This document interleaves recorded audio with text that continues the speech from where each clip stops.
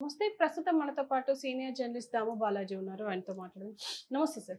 నమస్తే. వీరరాఘవరెడ్డి రంగరాజన్ ఎవరైతే ఉన్నారో చిలుకూరు బాలాజీ ప్రధాన అర్చకులు ఆయన మీద దాడి చేసిన కేసులో ఆల్రెడీ బెయిల్ పైన ఉన్నారు.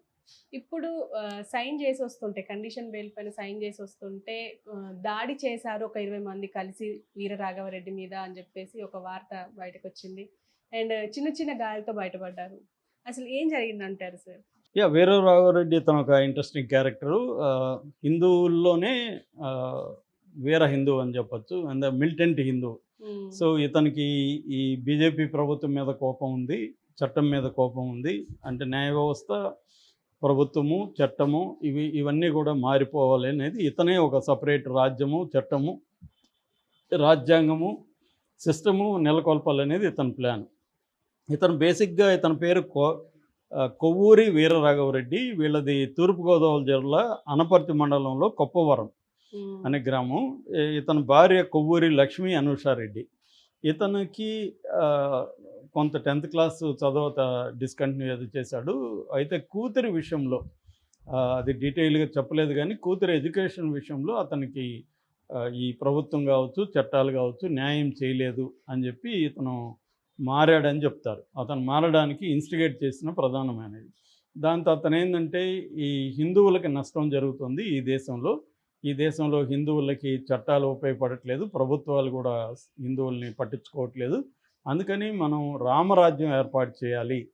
రామరాజ్యం అనే కాన్సెప్ట్ ఏర్పాటు చేసి టెంపుల్స్ని ఆక్యుపై చేయాలి. టెంపుల్స్ ల్యాండ్స్, తర్వాత cow lands and cow pastures lands అంటే ఆవుల మేపడానికి ఇచ్చిన భూములు, తర్వాత ఓన్ రూల్స్ పెట్టుకోవాలి, కాన్స్టిట్యూషన్ మనమే తయారు చేసుకోవాలి, సిటిజన్షిప్ కూడా తయారు చేయాలి. హిందువులకి మెయిన్గా సిటిజన్షిప్ అనేది హిందువులకే ప్రధానంగా ఉండాలి అనే ఒక కాన్సెప్ట్ ఏదో ఇతను ప్లాన్ చేసుకున్నాడు.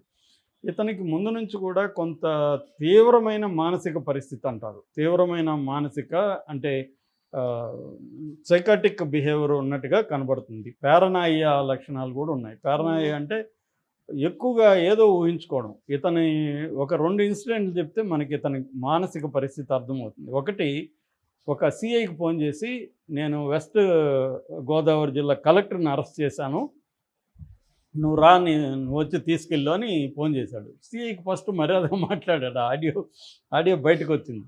ఆ తర్వాత సిఐకి షాక్ అయ్యాడు, ఎవడ్రా వీడని. ఇంకా కోపం వచ్చేసి ఇజ్జైంది. అంటే ఇతను అంత ఇదిగా మాట్లాడుతున్నాడు. అంటే నేను సిటిజన్ అరెస్ట్ చేయొచ్చు ఎవరినన్నా అని ఏదో నువ్వు రా అంటున్నాడు సిఐని. అంటే కలెక్టర్ నేను అరెస్ట్ చేశాను అని చెప్తున్నాడు. That is number 1. నెంబర్ 2 ఏంటంటే, అనేక ఇంటర్వ్యూలో నవగ్రహాలు నా కంట్రోల్లో ఉన్నాయని చెప్తున్నాడు. నవగ్రహాలు నా కంట్రోల్లో ఉన్నాయి, నేను ఎప్పుడు అనుకుంటే అవి అప్పుడు అలాగా వాటిని మార్చగలను, ఈ గ్రహాన్ని ఇక్కడ పెట్టగలను, ఆ గ్రహాన్ని అక్కడ పెట్టగలను అంటున్నాడు. ఒక పక్కేమో మనం స్పేస్ ఎక్స్ అవన్నీ అక్కడికి పంపిస్తూ అవన్నీ మొన్ననే ఆమె వెళ్ళొచ్చింది, సునీత విలియమ్స్. అలాగా ఒక పక్క ఇది చేస్తుంటే ఇతనేమో నేను ఇక్కడ కూర్చొని గ్రహాలను మారుస్తాను అంటున్నాడు. అంటే క్లియర్గా ఇతని మానసిక పరిస్థితి అయితే క్లియర్గా లేదు. అట్లా లేదంటే మరి చాలాసార్లు కన్నింగ్ తెలివితేటలు కూడా ఉన్నాయి. అంటే ఈ పారనాయియా లక్షణాలు ఉండే వాళ్ళల్లో ఇవి కూడా ఉంటాయి. కన్నింగ్ తెలివితేటలు ఏంటంటే ఆర్గనైజేషన్ లక్షణాలు కూడా ఉన్నాయి ఇతనికి. ఎందుకంటే ఇతను ఒకడే చెడిపోలేదు, చాలామందిని చెడగొడుతున్నాడు. సో అందుకని ఇతను ఏం చేశాడంటే, ఒక ఎన్జిఓ ఫామ్ చేశాడు. కోసలేంద్ర ట్రస్ట్ అని ఒక ఎన్జిఓ ఫామ్ చేసి, ఆ ఎన్జిఓకి అధ్యక్షురాలు ఎవరంటే వీళ్ళ భార్య కొవ్వూరి అనూషారెడ్డి. వాళ్ళ భార్యను కూడా మ్యానిపులేట్ చేసినట్టుగా ఉన్నాడు. సో అంటే చాలామంది బయట చేయగలుగుతారు కానీ ఇంట్లో చేయలేరు. ఇతను ఇంట్లో కూడా సక్సెస్ అయ్యాడు. భార్యను కూడా మ్యానిపులేట్ చేశాడు. సో ఈ ట్రస్ట్ పెట్టి ఇతను ఏం చేస్తున్నాడంటే, ఒక యూట్యూబ్ ఛానల్ పెట్టాడు, కోసలేంద్ర టీవీ. రెండోది రామరాజ్యం.net అనే ఒక వెబ్సైట్ పెట్టాడు. దీని తర్వాత రిక్రూట్ చేసుకోవడం మొదలుపెట్టాడు తన టీంలోకి. ఆ రిక్రూట్మెంట్కి కూడా రూల్స్ పెట్టుకున్నాడు. అదేంటంటే 20 ఏళ్ళ నుంచి 50 ఏళ్ళ లోపలే ఉండాలి, రోజుకి 2 కిలోమీటర్లు పరిగెత్తాలి, 5 కిలోమీటర్లు నడవాలి, ఏ పని చెప్పినా రెడీగా ఉండాలి, వీళ్ళకి నెలకి 20,000 జీతం ఇస్తాము, తర్వాత 350 రిజిస్ట్రేషన్ ఫీజు కట్టాలి, ఇది పెట్టుకున్నాడు. అట్లాగే ఫండ్ కూడా దాదాపు 1.5 lakh వరకు కలెక్ట్ చేశాడు. 80G కూడా సంపాదించాడు ఎన్జిఓకి. 80G అనేది అంత ఈజీ కాదు, అంటే ట్యాక్స్ ఎగ్జంప్షన్ అనమాట. అలాగా 80G సర్టిఫికేట్ సంపాదించాడు, ట్యాక్స్ ఎగ్జంప్షన్ ఉంది, డబ్బులు కొంత ఆర్గనైజ్ చేశాడు. అక్కడి నుంచి ఏం చేశాడంటే, వీళ్ళకి ఒక రకమైన డ్రెస్ కోడ్ పెట్టి ట్రైనింగ్ ఇవ్వడం మొదలుపెట్టాడు. అందులో లేడీస్ జెంట్స్ ఇద్దరు చేరారు. సో దీంతో ఇతను ఫస్ట్ టార్గెట్ ఏమనుకున్నాడంటే చిలుకూరు బాలాజీ టెంపుల్ ప్రధాన అర్చకుడిని మన టీంలో చేర్చుకుంటే మనకి అది పాపులర్ కాబట్టి మనం పాపులర్ అవుతామని డిసైడ్ అయ్యాడు. అట్లా కొంతమంది మీద ఆల్రెడీ 1-2 అబిట్స్లో కూడా కేసు ఉంది ఇతనికి. అలాగా చిలుకూరు బాలాజీ టెంపుల్కి సంబంధించిన ప్రధాన అర్చకుడు రంగరాజన్. ఆయన ఏంటంటే చాలా విలువలు ఉన్న వ్యక్తి. అంటే దళితుల్లో కూడా ఆలయ ప్రవేశం, దళితుల్ని భుజాల మీద ఎక్కించుకొని ఆలయ ప్రవేశం చేయడం, బాగా హైలీ ఎడ్యుకేటెడ్ అయినప్పటికీ తన జీవితాన్ని అంకితం చేయడం, వాళ్ళ వంశపరంగానే వచ్చింది కాబట్టి. తర్వాత డబ్బులు ఒక పైసా తీసుకుపోవడం ప్రజల దగ్గర నుంచి, అది ఇంకా విచిత్రం. ఇవాళ టెంపుల్స్ అంటేనే వ్యాపారం. అలాంటిది ఆయన ఎటువంటి వ్యాపారం లేకుండా ఆయన నమ్మిన ఒక దేవుడికి ఆయన అంకితమై చేస్తున్నాడు.